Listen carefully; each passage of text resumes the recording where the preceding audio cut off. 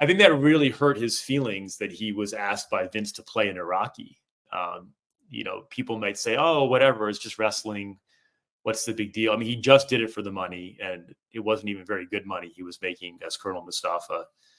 And I think that just the fact, Iranians have a lot of pride, and Iran and Iraq fought a 9-year war in the 80s, and there's a lot of bad blood there. So now to suddenly go from the Iron Sheik to Colonel Mustafa from Iraq was a pretty dramatic change.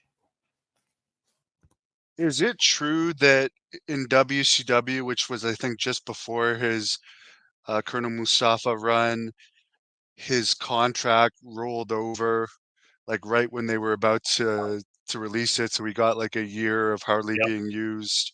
Yeah, if you look Just at his 2 years in WCW, he got in a car accident that really screwed up his ankle, and he was off the road.